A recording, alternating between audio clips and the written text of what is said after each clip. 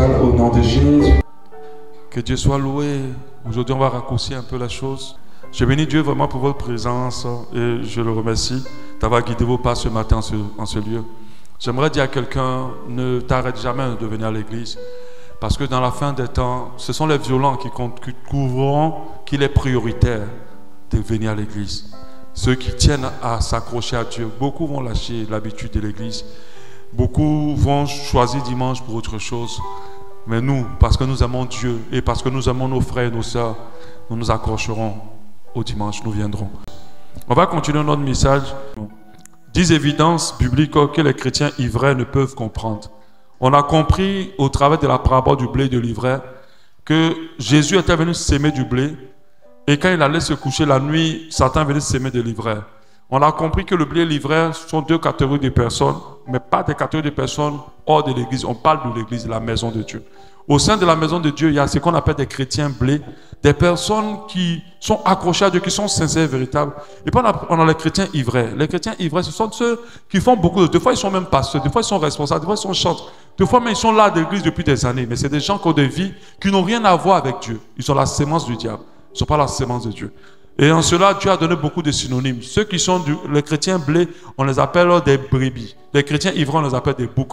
Il a donné aussi d'autres. Les chrétiens blés, on les appelle des vierges sages. Et les chrétiens ivres, on les appelle des vierges folles. Il a donné encore un autre truc. Les chrétiens blés, on les appelle des enfants de Dieu. Et les chrétiens ivrais, on les appelle les enfants du diable. La parole nous donne tellement de paraboles pour nous le faire comprendre. Et nous devons comprendre que qu'est-ce qui nous permet de savoir si on est blé ou vrai? C'est par rapport à des évidences que les chrétiens bleus ont compris et que les chrétiens ivres ont du mal à comprendre. Amen. C'est ce que nous distingue en fait.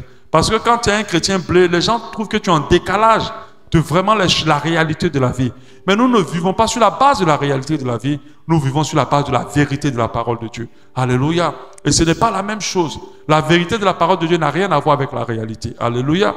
Donc beaucoup sont chrétiens ivres et c'est ce qui nous permet de constater beaucoup de choses scandaleuses au sein de l'église que nous-mêmes on ne peut pas imaginer être dans l'église. La Bible dit qu'il y a un péché, une impudicité de telle sorte dans l'église qu'on ne trouve pas dehors. Parce que beaucoup de personnes n'ont pas le cœur circoncis. Ils viennent à l'église, ils prient, ils s'accrochent, ils font tout, ils font énormément de choses, mais leur cœur n'appartient pas à Dieu.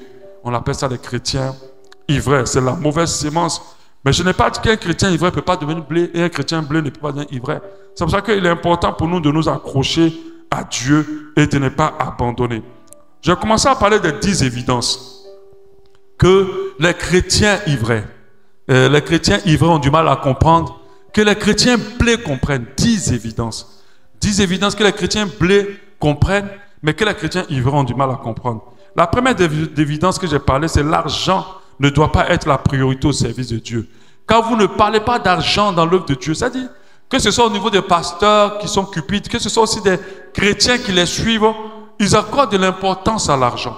Des fois, vous ne demandez pas, c'est eux-mêmes qui vous donnent l'argent parce que vous avez prié pour eux. L'évidence, c'est que l'œuvre de Dieu, pour le chrétien blé, le vrai chrétien, l'œuvre de Dieu est entièrement gratuite. L'œuvre de Dieu n'est pas, on ne fait pas un plan de carrière dans l'œuvre de Dieu. Tu ne veux pas faire l'œuvre de Dieu parce que tu veux t'enrichir. Aujourd'hui, tous ceux qui ont raté les études sont pasteurs. Aujourd'hui, toutes les personnes qui n'ont pas réussi leur entreprise sont devenues pasteurs. Aujourd'hui, tous les marabouts, on est en train de les chercher. On ne sait plus où ils sont passés. Ils sont tous devenus pasteurs.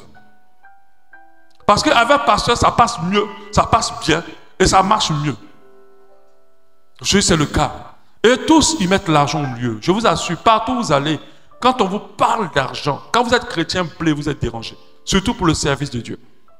Même un simple concert à Dieu, quand on te demande de payer le billet, tu es déjà dérangé. Parce que l'œuvre est faite pour être donnée gratuitement. Celui qui n'a pas pu payer, donc ça veut dire qu'il n'a pas droit à ton concert. Ce n'est pas normal, ce n'est pas bien. Alléluia.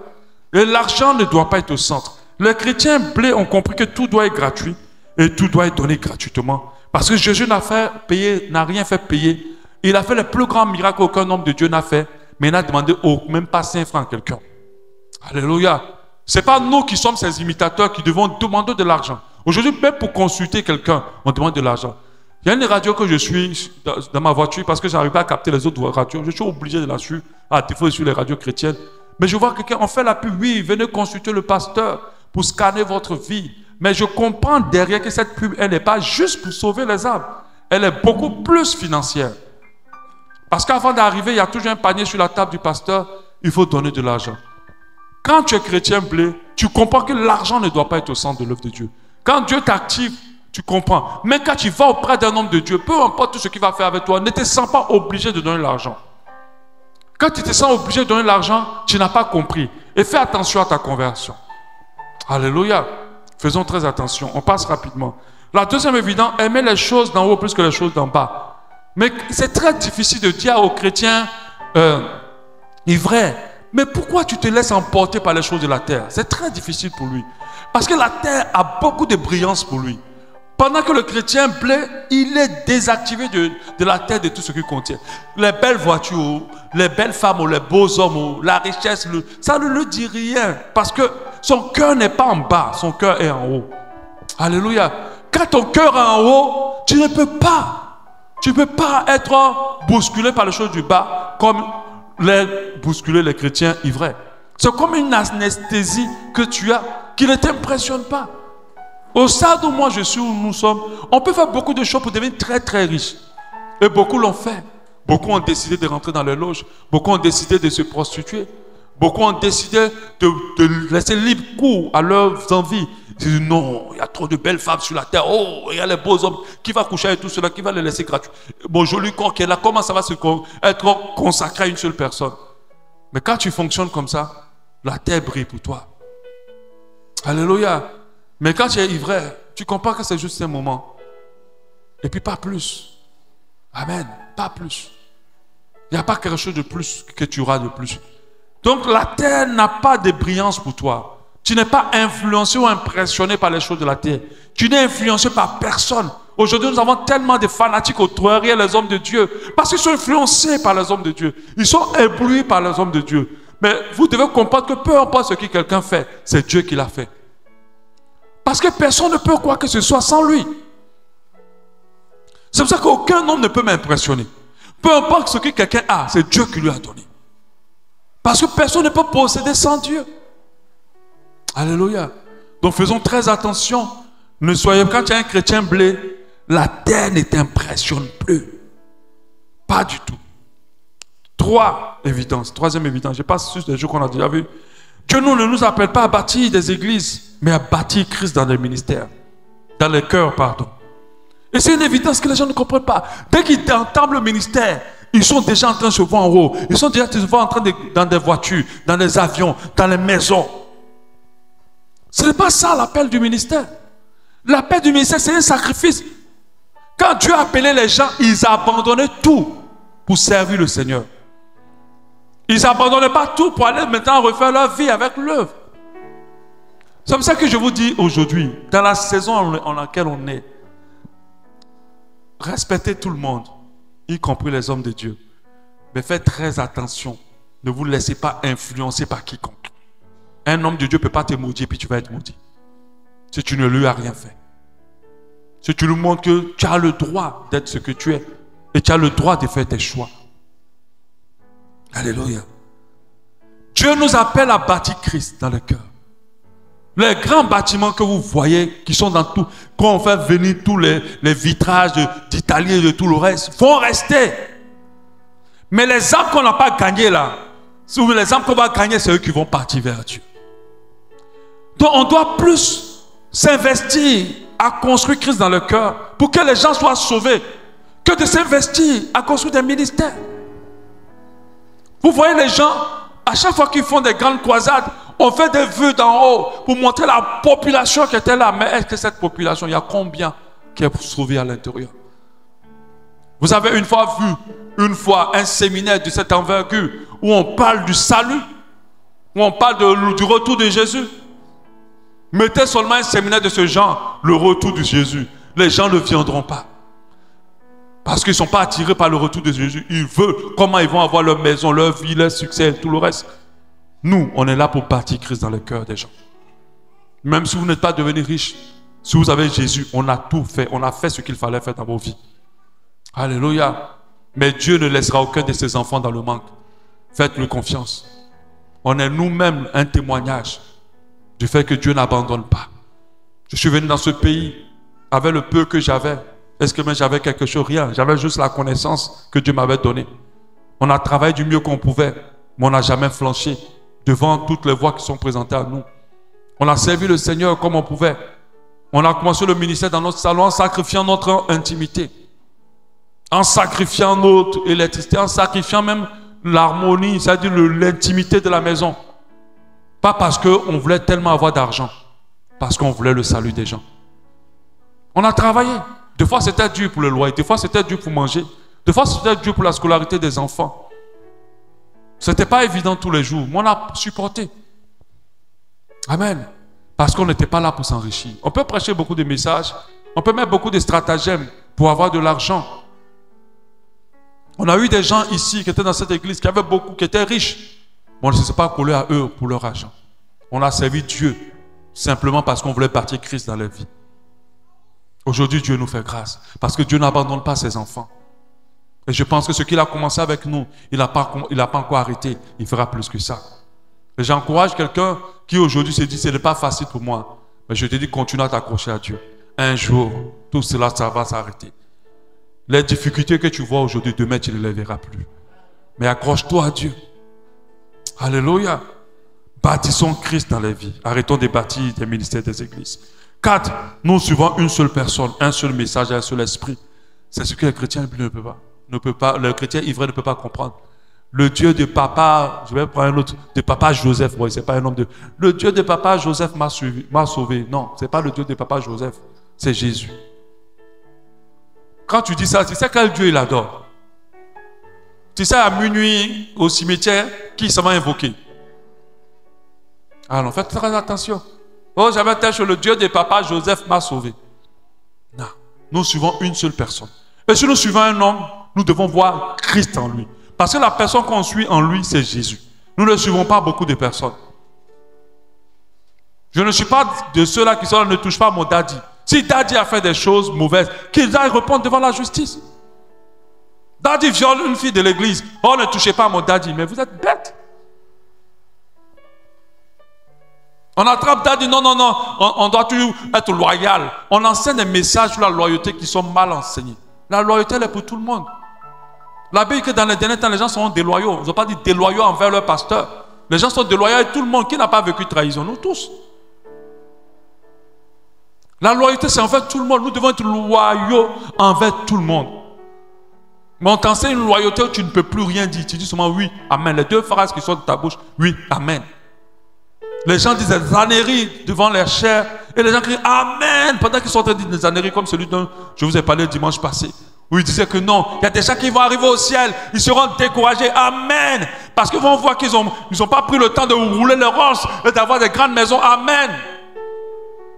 Un pasteur ivraie sans prophétie, il n'est pas converti. Parce que la plus grande des promesses que nous avons, c'est le ciel. C'est le ciel. Je lui ai dit, mais le gars là, est-ce qu'il a déjà vu le ciel? Il n'a pas vu, c'est pour ça qu'il parle comme ça. La terre n'a rien de comparable au ciel. On ne peut même pas comparer. Vous êtes d'abord au Rolls-Royce là, puis vous avez tous les problèmes du monde. Amen. Non. Nous suivons une seule personne. Moi, je suis Jésus. Je défends Jésus. Je défends son message. Je défends la justice de Dieu. Je ne défends pas un homme. Si tu es un pasteur, tu as fait comme je dis, papa, il faut aller répondre devant la justice. Papa, toi, il faut arrêter. On ne peut pas t'accompagner dans ça. Si tu ne te repens pas. Parce que le problème des chrétiens d'aujourd'hui, c'est qu'ils ne se répandent jamais. Ils font des bêtises, ils croient que c'est les autres qui nous ont fait du mal. Mais attends, c'est toi qui fais du mal aux gens. Et c'est les autres maintenant que tu trouves qu'ils sont mauvais. Il faut te repentir. Moi, je n'accompagne pas ça. Peu importe qui tu es, peu importe ce que tu as fait dans ma vie. Ce n'est pas parce que tu as aidé quelqu'un que la personne devient ton esclave. Amen. Si quelqu'un t'a aidé, tu ne deviens pas l'esclave de cette personne. Peu importe ce qu'elle a fait, tu dois rester dans la vérité. Alléluia. Nous suivons un seul nom, Jésus-Christ. On ne suit pas quelqu'un. Surtout même actuellement où on est là, c'est dangereux même de suivre quelqu'un. Quand vous venez ici là, ce n'est pas pour moi. Venez pour la parole. Venez pour Jésus. Alléluia. Parce que moi-même là, si je tourne à gauche, voilà. Regardez, il y a un journaliste très connu de la France qui a fait une démonstration par une vidéo. Peut-être qu'un jour je vais la voir. Il dit que le gars conditionne le mouton de la troupe, le mouton devant. Pas les moutons, ils suivent toujours quelqu'un. Dès qu'ils ont conditionné le gars, les autres n'y réfléchissent plus. Et ils ont vu comment le mouton a tourné autour du feu. Le berger les faisait tourner autour du feu. Et tous les moutons étaient en train de tourner autour du feu. Ils étaient en train de risquer de se brûler. Non, nous ne sommes pas, nous avons la cervelle, nous avons le cerveau pour réfléchir. C'est pour ça que la Bible dit, comme des chrétiens de Béret, nous devons vérifier la parole de Dieu. Mon frère, ma soeur, si tu parles de ce qu'un homme de Dieu a fait de mauvais, tu ne seras pas maudit.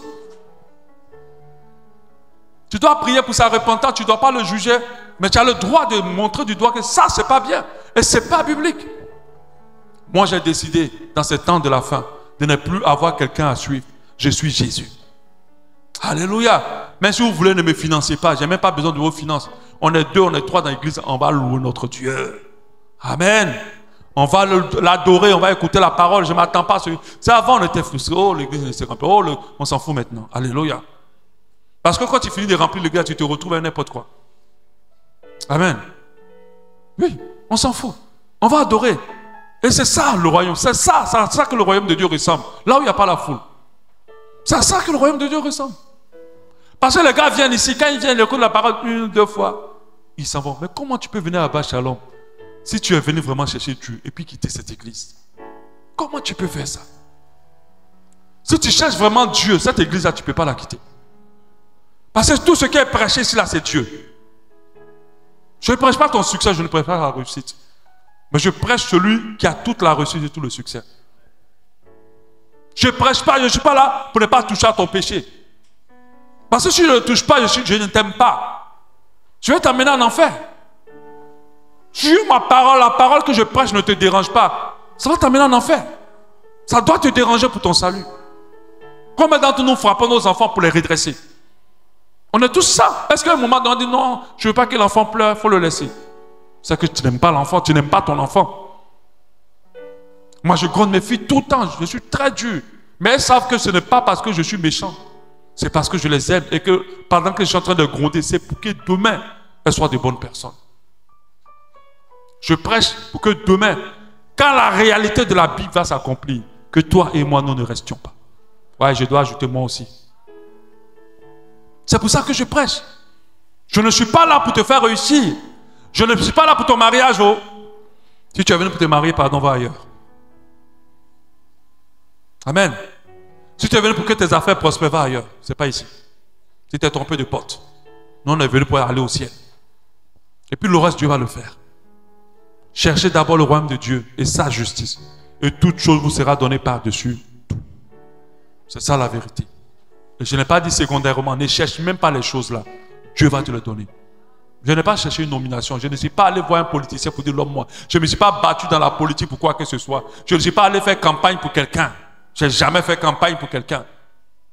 Moi, je n'avais jamais vu à la télé entendre crier le nom d'un candidat. Est-ce que vous m'avez vu un jour? La nomination n'est pas venue me trouver. Amen. Mais quand Dieu veut te placer comme un Daniel au milieu des gens, tu n'as pas besoin de faire quelque chose. Quand Dieu veut t'utiliser comme un Joseph dans un endroit, tu n'as pas besoin. Amen. Donc nous suivons un seul nom, Jésus. 5, les vertus du vrai chrétien. L'humilité, la douceur, l'amour et la simplicité. C'est très compliqué de le faire comprendre à ceux qui ne sont pas assis dans la foi. Ceux qui sont des chrétiens ivraires. Ils justifient l'orgueil. Ils justifient les querelles et la colère. Ils justifient la vengeance. Ils justifient le fait d'impressionner. Quand tu es un chrétien blé, tu n'as pas envie que quelqu'un, tu sois glorifié. Tu as envie que Christ soit glorifié en toutes choses. La dernière fois, j'étais allé accompagner ma femme dans un magasin et j'ai commencé à tester des montres. Je me suis testé. Les montres étaient quand même chères, mais j'ai testé ça. Et j'ai pris une dorée. Hein. C'était joli, hein. Ça brillait. J'ai dit non. Et ça, même si je pense à moi-même, ma démarche risque de changer. Et pardon, il ne faut pas créer les problèmes là où il y en a déjà. Il y a des voitures quand tu roules, tu ne peux pas être humble. Il y a des vêtements quand tu portes, tu ne peux pas être humble. L'enfant de Dieu doit chercher l'humilité, la douceur, l'amour et la simplicité. Tu dois aimer les gens, peu importe. Et quand il dit les gens, je ne parle pas seulement de ceux qui sont bien avec toi. Même tes ennemis. Même les gens, mais tu le vois, tu sais, celui-là, la moindre occasion va te faire du mal, mais tu dois l'aimer. Tu dois pardonner. Mais c'est difficile de dire à quelqu'un qui est chrétien, ivraie, pardonne, laisse, pardonne, non. C'est des gens qui prient, retour à l'envoyeur, Seigneur, tous ceux qui m'en veulent, j'invoque le feu sur leur vie, j'invoque le feu dans leur famille. Retour à l'envoyeur, amen, amen, amen, amen, amen. Mais le sorcier aussi, il y a des gens qui étaient sorciers qui sont sauvés aujourd'hui. Amen. Notre priorité, c'est d'aimer. Notre priorité, c'est de l'humilité, la simplicité, l'amour et la douceur. On ne doit pas justifier le fait de crier, de quereller. La Bible dit que les querelles vont amener des gens en enfer. Faisons attention. Nos réponses, nos attitudes doivent être douces. Parce que cela reflète l'agneau. Alléluia. Cela reflète l'agneau. Le bouc, lui par contre, il est rude, il est rustique. Mais nous sommes des agneaux. L'agneau, c'est la douceur. C'est le mot, c'est l'animal qui est le synonyme de la douceur. Il est comme un agneau. C'est-à-dire, il est doux. Alléluia. Ensuite, je vais commencer à aborder le 6. L'importance de la connexion avec Dieu, avec le royaume. Amen. Est-ce que vous savez qu'il y a des chrétiens qui ne prient plus et qui ne prient plus jamais? Qui peuvent faire des mois et des mois sans prendre de temps avec Dieu. Qui peuvent passer même des années sans ouvrir leur Bible pour la lire. Et cela ne les dérange vraiment pas. Ils viennent à l'église, ils servent le Seigneur, mais ils ne prient pas. Ils font beaucoup de choses, mais ils ne prient pas. C'est encore plus grave quand c'est un homme de Dieu. Il ne prie plus. Je crois qu'il faut être un chrétien ivraie pour passer autant de temps sans la présence de Dieu. Le véritable chrétien a du mal, dans sa nouvelle nature, de rester comme ça sans prier. De rester comme ça sans passer du temps avec Dieu. Il a du mal de passer 1-2 jours, il n'a pas prié. Moi, dès que je saute un jour, je ne saute même pas. Peut-être que je ne vais pas prendre le vrai temps de prier. Il y a le vrai temps de prier, puis il y a la prière où tu as médité, et puis tu as fait une prière rapide, tu es sorti. Quand j'ai fait ça une fois, 2 fois, déjà, je suis mal à l'aise. Parce que je n'ai pas une nature qui accepte de se développer sans Dieu. Amen. Je n'ai pas cette capacité-là. Mais il y a beaucoup qui se lèvent, qui s'habillent, qui sortent, qui rentrent, qui sortent, qui rentrent. Et ils peuvent faire ça toute une semaine, tout un mois. Ils n'ont pas prié. Et que la prière, quand le Seigneur prend le contrôle de ma journée, ça se limite à ça. Dieu me faisait remarquer, il m'a dit, mais regarde, observe les Bibles des chrétiens aujourd'hui. Nous, à notre époque, les Bibles étaient déchirées même. Tu sentais même que oui, on lisait. Les Bibles étaient déchirées. Qui a déjà eu une Bible déchirée? Tu as acheté une neuf, mais à un moment donné, la Bible était dans tous les sens. Voilà. Parce qu'on lisait, hein? La Bible là ne respirait pas, on lisait même. Bonjour, tu vois les chrétiens, les Bibles là brillent comme s'ils viennent d'acheter. On ne lit plus. On dit, ouais, j'ai lu la Bible sur Internet. Dès que tu lis une notification, tu laisses ta Bible, tu vas répondre à tes messages. La Bible sur Internet, ce n'est pas mauvais, hein, mais c'est dangereux. J'aimerais dire à quelqu'un qui n'a pas une Bible physique, il faut l'acheter. Parce que sur Internet, on peut modifier, tu ne vas pas savoir. Mise à jour que l'application fait à chaque fois, ils peuvent modifier. S'ils estiment que dans la Bible, l'homosexualité est trop condamnée, ils vont seulement retirer les versets. Vous allez lire, vous n'allez plus retrouver. Parce que les conventions que les gens d'en haut décrètent, ils l'appliquent sur tout le monde. Alléluia. Aujourd'hui, tu ne peux pas aller en France et parler d'homosexualité en mal. Parler en mal de l'homosexualité, tu es mal barré, tu es en prison. Alléluia. Parce que c'est ce qu'ils ont décrété. Il y a des lois pour condamner ça. Et ils vont aller jusqu'à toutes les applications. Ils sont en train de nous emmener dans le numérique pour mieux nous contrôler. Et je vais vous dire, l'avènement du numérique prépare le retour du Seigneur. Parce que quand on parle de puces, quand on parle de marques, vous devez comprendre que c'est des puces avec lesquelles on va acheter et vendre. La Bible dit que cette marque va servir à acheter et à vendre. Un chrétien qui a la nature blée ne peut pas se sentir bien sans prier, sans lire la parole. Il a du mal à passer 1 ou 2 jours sans la présence de Dieu. Alléluia. On peut passer par des temps de faiblesse, de lourdeur spirituelle, mais le chrétien ivraie va très vite s'accommoder à la lourdeur spirituelle. Mais le chrétien blé se sentira mal. À combien de reprises je désinstalle les applications sur mon téléphone? 2 fois, j'ai encore la confusion de dire, bon, une fois, je devais suivre un programme. Je me suis dit, pour mieux le suivre, puisque dans mon travail, je dois être sur Internet, sur les réseaux. Donc je m'installe. Après j'installe un jour, ça fait même pas un jour, 2 jours seulement, je désinstalle. Mais pourquoi? Parce que ma nature n'est pas bien sans Dieu. La nature de blé n'est pas bien sans Dieu. Mais la nature du vrai peut enchaîner des jours sans prier. Et ça, c'est dangereux. Pensez des temps, mais on peut passer des temps de faiblesse, mais à un moment donné, on se sentira mal. On ne se sentira pas bien, on va venir. Mais l'ivraie va s'accommoder. Il va s'apprécier. Amen. Même si on a du mal à prier, on ne sera jamais bien dans cet état-là. La Bible nous dit une parole en Jean 15, 1, 8. Je suis le vrai sceptre. Il ajoute le mot vrai pour dire que toutes les personnes avec qui nous cherchons à nous connecter comme des dieux ou des dieux, ils sont faux. C'est lui le vrai à qui nous devons nous connecter. Amen. Ouais, je vais faire une offrande pour me connecter à l'onction de ce serviteur du Daditan. Non. Connecte-toi à l'onction de Jésus. Parce que l'onction de ton daddy là, tu ne sais pas où il allait prendre ça. Amen. Et je connais un homme de Dieu pour qui j'ai prié à Abidjan. Il allait prêcher quelque part, il allait se connecter à quelle onction, je ne sais même pas qu'est-ce qui s'est passé. Et l'homme de Dieu là, a commencé à avoir des maladies dans son corps. Il a fait des années avant d'être délivré. Lui-même homme de Dieu. Il ne m'a pas expliqué bien, mais j'avais senti beaucoup de choses dans cette connexion. Il s'était connecté à une onction qui vient des os.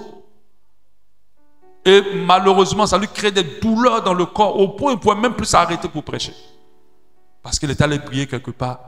Et il y a une maman pasteur, une grande qui a dit, je vais t'imposer la main pour le ministère. Ne vous laissez pas imposer la main par n'importe qui. Votre tête là, ne le donnez pas à n'importe qui. Faites attention dans tous les programmes que vous voulez aller. Elle a prié pour cet homme, il ne s'est plus jamais retrouvé. C'est récemment quand je l'ai vu, j'ai vu qu'il retrouvait un peu de forme. Il dit que c'est à partir de là que ça a commencé. Vous qui aimez d'un pro, oh l'homme de Dieu ne m'a pas touché, oh Seigneur, fais qu'il fasse qu'il vienne prier pour moi. Tu ne sais pas avec quelle onction il est en train de faire le programme là actuellement. Alléluia. Il dit, je suis le vrai sceptre. Mon Père est le vigneron. Tout sarment qui est en moi et qui ne porte pas du fruit, je le retranche. Et tout sarment qui porte du fruit, je l'émonde, afin qu'il porte encore plus de fruits. Déjà, vous êtes purs à cause de la parole que je vous ai annoncée. Demeurez en moi. C'est cette partie qui m'intéresse. Et je demeurerai en vous. Comme le sarment ne peut lui-même porter du fruit s'il ne demeure attaché au sceptre, ainsi vous ne pouvez non plus si vous ne demeurez en moi. Je suis le sceptre et vous êtes le sarment. Celui qui demeure en moi et en qui je demeure porte beaucoup de fruits. Car sans moi, vous ne pouvez rien faire. Dieu dit, sans moi, vous ne pouvez rien faire. Quand tu as une nature de chrétien blé, tu sais que sans Dieu, tu ne peux rien faire. Même monter dans ta voiture, puis conduire. Peut-être c'est banal pour toi. Il y a des gens qui ne peuvent plus conduire de voiture. Ils ne peuvent plus. Parce que peut-être ils ont des nerfs ici du dos qui sont déjà cassés. Ils ne peuvent plus. Ils ne peuvent pas s'asseoir. Ils doivent rester toujours en position couchée. Sans moi, vous ne pouvez rien faire. Et Dieu parle de tout. Quand tu es conscient de ça, tu priorises la présence de Dieu. Si quelqu'un ne demeure pas en moi, il est jeté dehors comme le sarment et il sèche. Puis on ramasse les sarments et on les jette au feu. Ils brûlent. Si vous demeurez en moi et que vous, mes paroles demeurent en vous, demandez ce que vous voudrez et cela vous sera accordé. Dieu comprend que nous avons besoin de nous nourrir, de nous habiller, de payer la scolarité de nos enfants, de payer nos loyers, de manger. Il dit que si tu demandes en lui, demande ce que tu veux et cela te sera accordé. Si vous portez beaucoup de fruits, c'est ainsi que le Père sera glorifié. Quand il parle de fruits, il parle du fruit. Vous allez voir que le fruit, il n'a pas mis S. Il parle du fruit de l'esprit. Alors, et que vous serez mes disciples. Si vous portez beaucoup de fruits, c'est ainsi que mon Père sera glorifié. De la même manière qu'un poisson ne peut vivre sans l'eau, un chrétien de la nature, blé, ne peut vivre sans le Seigneur. De la même manière qu'un téléphone est inutile lorsqu'il n'est pas connecté à la source de recharge, c'est de la même manière qu'un chrétien de nature blé ne peut vivre. Parce qu'il sait que s'il n'est pas rempli de Dieu, il n'est rien dehors. Il ne peut rien dehors. Il est exposé. Amen. De la même manière que nous avons besoin de l'air pour respirer, c'est de la même manière qu'un chrétien blé a besoin de la présence constante de Dieu pour pouvoir vivre. Le chrétien ivraie ne fera pas semblant longtemps, même s'il ils viennent dans l'église, même si ils sont les grands prieurs. À un moment donné, vous allez voir que ça va les alourdir, ils seront lourds. Beaucoup viennent à Dieu, mais beaucoup ne restent pas. Alléluia. Il sera religieux, ils vont rendre les gens de manière religieuse. C'est encore plus grave quand ils sont pasteurs et responsables. C'est pour cela qu'on a certaines dérives au sein de l'église. Les mensonges d'adultère, de vol, de tromperie, d'escroquerie, de détournement, de femmes mariées, de détournement de femmes mariées, de jeunes filles, arracher les maris des autres et tout le reste. On a toutes ces dérives-là. Parce que les gens ne sont pas de nature, n'ont pas la nature de Dieu. Ils n'ont pas la nature de Dieu. Quand tu as la nature de Dieu, tu ne penses pas à toi, tu penses à l'autre. Tous tes actes, tu te dis, mais est-ce que ce que je suis en train de faire, c'est bien pour l'autre? Aujourd'hui, quelqu'un arrache le mari, tu arraches déjà le mari de la femme. Mais tu te vas organiser encore un gros mariage. Et tu mets ça sur tous les réseaux. Pendant que tu as arraché le mari. Et la dot que tes parents demandent encore, c'est beaucoup. Tu as arraché le mari de quelqu'un. Vous savez, les gens sont sans scrupules. Ils n'ont aucune empathie. Ils s'en foutent. C'est la nature. Et des fois, c'est l'église qui fête ces gens de mariage. L'église fête. Tu t'es parti une fois dans une église, je ne donne pas plus de précision. Et le pasteur avait fêté un mariage. Le mariage, c'est un autre pasteur qui s'était divorcé. Et ils ont fêté le mariage en grande pompe, le second mariage en grande pompe dans l'église. Mais pasteur, vous ne pouvez pas faire ça. Il s'est divorcé. Et vous faites un mariage en grande pompe dans l'église. Quelle image vous donnez aux gens de l'église, aux ceux qui ne sont pas affermis? Vous leur dites que si tu peux divorcer, l'église est d'accord de t'accompagner. Mais on ne fait pas ça pour condamner les gens. On fait pour leur salut. Parce qu'il y a des choses, quand tu les poses, Dieu te quitte. Dieu te quitte. Il te laisse continuer, il n'est plus avec toi. Des fois, la dureté d'un vrai pasteur n'est pas pour détruire. Sa dureté est pour te sauver. Parce que en tant que pasteur, je vais te donner tout ce que toi tu veux. Je vais te détruire. Et j'ai dit au pasteur, vous ne pouvez pas. Et je lui donne des passages. Et il était étonné. Il était étonné. Alléluia. Lisons Psaume 42, 1 à 2. Psaume 42, 1 à 2. Comme une biche soupire après des courants d'eau, ainsi mon âme soupire après toi, ô Dieu. Mon âme a soif de toi, du Dieu vivant. Quand j'irai-je et je partirai-je devant la face de Dieu? Il pose la question, à quel moment je vais me retrouver devant Dieu? Il a hâte de se retrouver devant Dieu. C'est le cœur d'un chrétien blé. Il aime la présence de Dieu. Il a hâte d'être là. Il comprend que c'est sa source.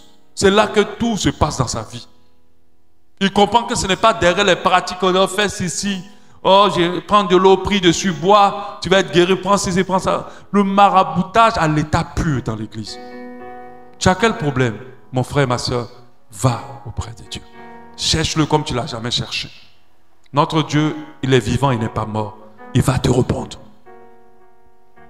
Et si c'est sa volonté, il te donnera ce que tu veux. Mais pour cela, demeure d'abord en lui. Et demande ce que tu veux. Un chrétien ivraie ne sent pas indispensable la présence de Dieu. Alors qu'un chrétien blé est conscient de cette présence. Il sait qu'il ne peut pas vivre sans Dieu. Il trouve le moyen toujours de passer du temps avec Dieu. Par la prière, mais une prière vraiment concentrée. Par la méditation de la parole. Oui, passer le temps avec Dieu aussi, c'est l'église. C'est l'église. Nous, on a été des gens de chrétiens où dimanche, avant que je sois pasteur, ce n'est pas une option. Ce n'est pas une histoire de dire oui, je suis trop fatigué, j'ai trop travaillé. Ou même quand tu es fatigué et que tu dois travailler demain, tu y pars. Mais pourquoi avec Dieu, tu as le droit de te reposer? Depuis que je suis chrétien, avant de devenir pasteur, je ne rate jamais l'église. Surtout pas pour rester à la maison et ne rien faire. Alléluia. Et c'est très important. 7. Ce dont les chrétiens ivraies ne sont pas conscients, dont les chrétiens bleus savent, la bénédiction véritable n'est pas à confondre avec les biens de ce monde, ou la notoriété, le succès. Le chrétien blé Quand tu lui parles de bénédiction, il ne voit pas seulement que le matériel. Il voit au-delà du matériel. Mais le chrétien ivraie, il ne comprend pas que la bénédiction, ce n'est pas que le matériel. Pour lui, quand tu as beaucoup de biens, c'est que tu es béni. Et qui vous a dit ça? La notion de la bénédiction n'est pas la même chez le chrétien ivraie et que chez le chrétien blé. Et je vais vous l'expliquer. Un chrétien ivraie pense qu'être béni, c'est posséder les biens de ce monde. C'est en avoir en grande quantité. Il a du mal à comprendre que quelqu'un puisse posséder des biens du monde sans que Dieu soit à lui. Ils vont te dire, mais attends, toi tu dis que Dieu n'est pas avec cet homme de Dieu. Mais comment Dieu peut le bénir comme ça? C'est que tu es avec lui. Mais il y a tout ce qu'il a. Regarde le monde qui est dans son église. Il est béni. Tu es avec lui. Ah. Faites très attention. Il dit, mais regarde la voiture qu'il a. Tu es avec lui. Et des fois, quand les gens viennent rendre témoin, Dieu m'a béni, oh, Dieu m'a béni. Dieu m'a béni. Oh, j'étais stérile pendant 10 ans. Le Seigneur a pourvu. Il m'a donné un enfant. Mais la personne ne va pas te dire qu'elle s'est retrouvée dans la forêt là-bas, avec une vieille maman accrochée dans la forêt là-bas. Ils ont fait des travail. Et pour la mettre un enfant démon dans son ventre. Ils ne vont pas te dire ça. Ils ne vont pas te dire comment ils ont fait pour avoir l'argent, pour construire la maison. Oh, c'est la grâce de Dieu. Tu vois tout ça, mais vraiment, c'est la grâce. Je ne saurais même t'expliquer. Non, tu sais expliquer. Les détournements que tu as fait là. Il faut dire la vérité. Donc si tu n'as pas un regard d'un enfant de chrétien blé, tu vas penser que des gens sont bénis, mais en réalité, ils ne sont pas bénis, ils sont maudits. Parce que tu vas voir tout ce qu'ils sont et tu vas penser que c'est la bénédiction. Ils ne sont pas bénis. Ils ne sont pas bénis. Nous, on sait de quoi on parle. De fois qu'on a des rapprochements avec des amis qui ont des moyens, certains amis ou certaines connaissances, tu te dis, je préfère ma vie. Je préfère mes petites miettes que j'ai là, que d'avoir tout ce qu'ils ont et d'avoir les structures, le problème qu'ils ont. Ce n'est pas la bénédiction. Amen. C'est compliqué d'expliquer aux chrétiens ivraie que être béni là, ce n'est pas avoir le bien. C'est compliqué. Ils n'arrivent pas à comprendre. C'est comme ça que les gens viennent à l'église. Oh, je déclare que Dieu va te bénir. Amen. Mais la personne voit déjà le voyage, le mariage, les immeubles, la maison, les habits, l'argent. C'est ce qu'ils voient. C'est pour ça qu'on vient vous beurrer les oreilles. Ah oui, la dernière fois, quand ils ont donné des enveloppes pour faire, mon cœur était fermé. Mais c'est tout le même témoignage dans tous les pays. Mon cœur était fermé. Et dans tous les programmes, bizarrement. Je ne voulais pas donner, mais quand je m'a dit, il faut donner. Oh, tout l'argent que mon mari m'a donné pour la scolarité des enfants, j'ai pris, j'ai mis dans le panier. Je vous ai dit, Dieu m'a béni. Oh, comme ils sont au casino, chacun vient maintenant donner tout ce qu'il a. Et puis voilà, maman passait, papa passait maintenant. Ils sont maintenant aux Bahamas. Et vous êtes là, l'argent ne passe pas. On dit non, c'est parce que tu n'as pas bien prié. Non, tu m'as dit que si je donne, je vais avoir. Pourquoi je n'ai pas? Non, ce n'est pas la bénédiction. Et il y a 3 vérités qui nous prouvent que le bien matériel n'est pas forcément une bénédiction. Alléluia. Ce n'est pas parce que tu as construit ta maison que Dieu t'a béni. Ça peut être ou pas. Fais très attention. Amen. Parce que, pourquoi ce n'est pas la bénédiction forcément de Dieu? Parce qu'il y a plusieurs milliardaires qui ne sont pas chrétiens. Qui sont même sataniques. À Dubaï, là-bas, il y a des hôtels qui coûtent 2 millions la nuit. 2 millions, mais c'est petit. J'ai vu même un, j'ai regardé la tête, c'était près de 14 000 euros. La nuit. La nuit. Et la personne s'est fait 3 semaines là-bas. Et il dort en paix. Tellement il a l'argent. Mais il ne connaît pas Dieu. Il ne connaît pas le chemin du royaume. Non. Faites très attention. Vous n'avez rien à prouver à quelqu'un. Vivez votre vie simplement. Si Dieu a donné, gloire à Dieu. S'il n'a pas donné, vivez avec ce que vous avez. La Bible dit, contentez-vous de ce que vous avez. Ne soyez en concurrence avec personne. Cela ne prouve pas que Dieu est avec vous ou pas. Dieu peut être avec vous. Je vais vous le dire encore. Il est arrivé à beaucoup d'entre nous. Pendant qu'on n'est pas riche, on n'a rien. Mais ceux qui ont tout là, c'est eux qui ont problème avec nous. Mais pourquoi ils ont problème avec nous? C'est eux qui savent nous critiquer partout. Ils veulent gâter nos noms. Pendant qu'on n'a pas l'argent. C'est toi qui as tout, et puis c'est toi qui fais le combat à ceux qui n'ont rien. Mais pourquoi? C'est parce qu'ils voient ta bénédiction. Ils voient que tu es béni. Quand ils regardent tes enfants, ils voient que tu es béni. Quand ils regardent ton mari, regarde le mari qui est là. Moi-même, le mari, là, c'est vrai, il y a l'argent, hein. Mais sincèrement, l'argent, là, j'avale ça amèrement. On te combat. Tu vois que la personne t'a pris un ennemi. Peut-être que c'est elle qui a tout l'argent du monde.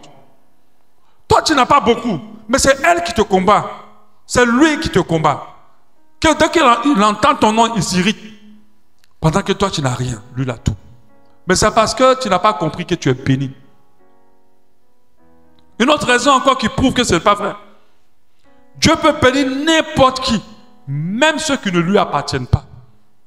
La Bible dit qu'il fait lever le soleil sur les bons et les méchants et les bons, et il fait pleuvoir sur les justes et les injustes. Matthieu 5, 45. Donc ce n'est pas parce que quelqu'un a beaucoup que Dieu est avec lui. Et en 3, nous savons qu'il y a plusieurs sources de bénédiction. Il y a la bénédiction du diable et il y a la bénédiction de l'Éternel. La parole de Dieu nous le dit dans sa parole. La bénédiction du diable, c'est une bénédiction qui est remplie de tromperie, qui va condamner l'âme. C'est une bénédiction qui est remplie d'égoïsme. Et c'est pour ça que des fois les gens ont beaucoup de choses, mais ils se suicident pendant qu'ils ont tout. J'aimerais dire à quelqu'un, cherche la bénédiction de l'Éternel. Proverbe 10, 22. C'est la bénédiction de l'Éternel qui enrichit. Il ne la fait suivre d'aucun chagrin. Il ne l'a fait suivre d'aucun chagrin. Si c'est Dieu qui t'a donné ton mari, si c'est Dieu qui t'a donné ta femme, même si ça a pris du temps, je t'assure que ce mari-là va combler tout le temps de ta solitude manquée. Cette femme-là, Dieu va l'utiliser vraiment pour te bénir. Mais si toi-même, tu allais faire les tripatouillages, tu allais mettre cheveux ici, cheveux à gauche ici, cheveux à droite ici, rouge à lèvres ici, et tu as tourné auprès d'un gars jusqu'à il t'a marié, c'est toi-même. Parce que ce n'est pas Dieu qui te l'a donné. D'autres pensent qu'il faut les stratégies pour avoir le mari. Il faut les stratégies pour avoir les femmes. Tu as pris cette fille, elle a dit non, mais tu l'as tellement mis l'argent sur elle qu'au finish, elle a accepté. Et tu étais tellement content parce que ta convoitise t'a poussé. Mon frère, c'est toi-même quand vous allez rentrer dans le mariage. Parce que ce n'est pas Dieu qui t'a donné. Vous savez, en termes de mariage, il n'y a pas de forcing. Quand Dieu amène ta femme vers toi, il la prépare avant. Tu n'as pas dit amen. Il la prépare avant. Il la dispose pour toi. Quand Dieu amène son mari vers toi, il le prépare en avance. Il le dispose pour toi. Mais l'affaire où tu te bats jusqu'à quand tu t'en vas rentrer dedans là, mon frère, c'est toi-même. Ce que tu vas trouver là, c'est toi-même. C'est la bénédiction de l'Éternel qui enrichit. C'est ça, même les enfants, si Dieu a décidé de toi et qu'il te donne, ne force pas. Il y a des femmes qui ont fait tout, elles ont eu un enfant, mais l'enfant là, elle aurait préféré même de le tuer. J'ai suivi un témoignage comme ça. Elle s'est battue jusqu'à elle a sorti l'enfant. L'enfant là même a failli la tuer elle-même. Quand l'enfant a grandi, bandit plus que lui. C'est pour ça que vivons notre vie en regardant à Dieu. Et attendons tout de la part de Dieu. Attendons le temps de Dieu pour chaque chose. C'est en cela là que nous serons réellement bénis. Alléluia. Je vous ai rendu le témoignage de ma femme quand on s'est marié. Quelqu'un que le diable avait mis la stérilité sur elle. Mais moi, je n'avais pas la pression d'un enfant. On a prié. Et puis, on attendait le temps de Dieu. Et Dieu a ouvert la vanne. Et la grâce est énorme. Alléluia. Nous bénissons le Seigneur. La bénédiction, les chrétiens blés comprennent que bénédiction n'est pas bénédiction. Il y a bénédiction de l'Éternel, puis il y a bénédiction du diable. Le chrétien ivraie pense qu'il n'y a pas qu'il n'y a pas de bénédiction sans les biens. Et quand il a les biens, il pense qu'il est béni. La bénédiction de l'Éternel ne se résume pas au bien du monde. Elle est bien plus que cela. La bénédiction de l'Éternel, c'est la paix du cœur. La bénédiction de l'Éternel, c'est la santé, la bonne santé. C'est l'harmonie dans ta famille, dans ton foyer. Je vous assure, quand tu t'entends avec ton mari et ta femme, et que tes enfants sont tranquilles, c'est une grâce. Il y a des gens qui n'ont pas ça, mais ils ont tout l'argent du monde.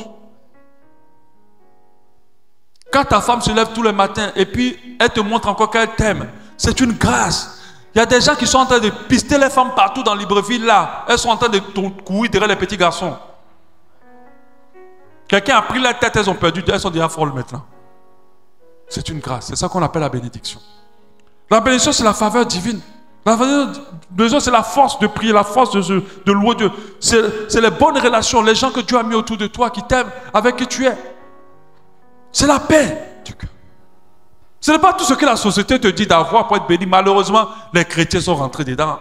Nos messages, c'est quoi aujourd'hui? Les messages, quand on parle de bénédiction, c'est mariage, c'est voyage, c'est quoi?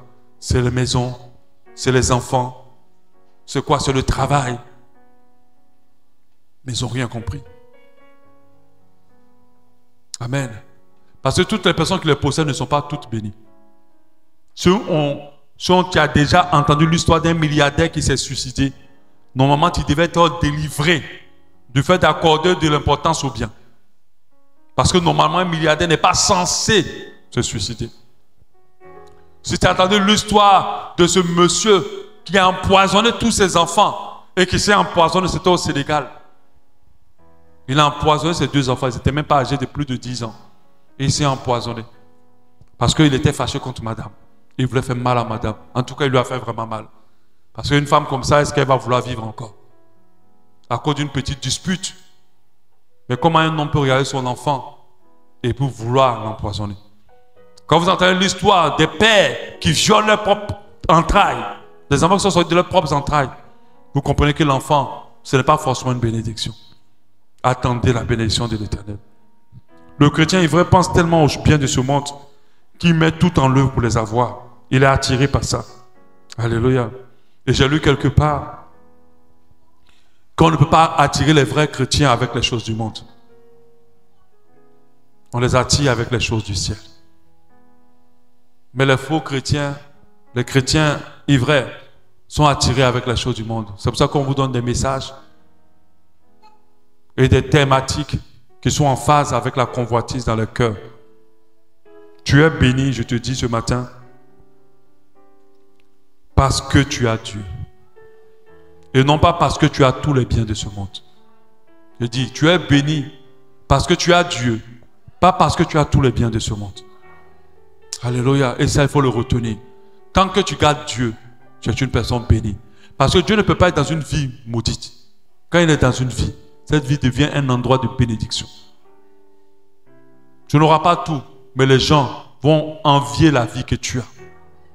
C'est pour ça que accroche-toi à Dieu et ne le perds jamais. Ta bénédiction dépend de lui et ta bénédiction en lui. C'est la bénédiction de Dieu qui enrichit et qui ne se fait suivre d'aucun chagrin. Tout ce que Dieu te donnera, tu ne vas pas pleurer avec. Ça va t'apporter beaucoup de joie. Alléluia. Les hommes m'ont regardé, m'ont dit, tu as raté ta vie. Mais tu n'as pas raté ta vie. Quand j'ai marié ma femme, certains membres de sa famille disent, mais toi, on t'avait vu avec, on te voyait avec des ministres. Comment tu vas nous prendre un gars comme ça? Un maigrelet. J'ai dit, ok, c'est pas grave, parlez. Amen. Non, tu voyais les ministres. Aujourd'hui, est-ce que la bouche de la famille n'est pas fermée? Est-ce que c'est pas scotché? Alléluia. Parce que tant qu'elle a Dieu, elle est bénie. Alléluia. Tant qu'elle a Dieu, elle est bénie. Mais avant moi, elle a eu des propositions de riches qui étaient prêts à payer des maisons, qui étaient prêts à faire tout. Il y a même un qui lui a proposé d'être sa seconde femme. Mais qui avait les moyens. Mais tout ça là, elle a regardé ça. Elle a regardé Jésus. Elle dit non. Je vais rentrer dans ça, puis j'ai laissé Dieu. Non. Elle est restée accrochée à Dieu. Aujourd'hui, c'est qu'on voyait comme rien. Elle est quelqu'un. Et ce n'est pas fini. Alléluia. Ce n'est pas pour se vanter, mais c'est pour vous encourager. Le parcours de vos pasteurs est un parcours de témoignage. Un parcours de patience avec Dieu. Un parcours de fidélité à Dieu. Soyez fidèles. Quoi qu'il en coûte. Et un jour, Dieu vous visitera. Alléluia. Dieu vous visitera. Alléluia. Je vais arrêter par là. Il y a beaucoup d'autres choses. Mais dimanche prochain, on va passer sur autre chose. Peut-être un jour, je reviendrai là-dessus. Il y a un entendement que l'enfant ivraie a. Que l'enfant blé, chrétien véritable, n'a pas. Et vice-versa. Et quand on est chrétien véritable, on comprend que l'humilité, on est Christ, la parole, la présence de Dieu. On comprend que l'argent, fait tout gratuitement, aider les gens. On comprend que nos vies soient un canal de bénédiction pour les autres, c'est une priorité. Ne vis pas pour toi, vis pour les autres, vis pour Dieu. Et Dieu veillera à tout, à ce que tu ne manques de rien. Alléluia. Nous allons prier.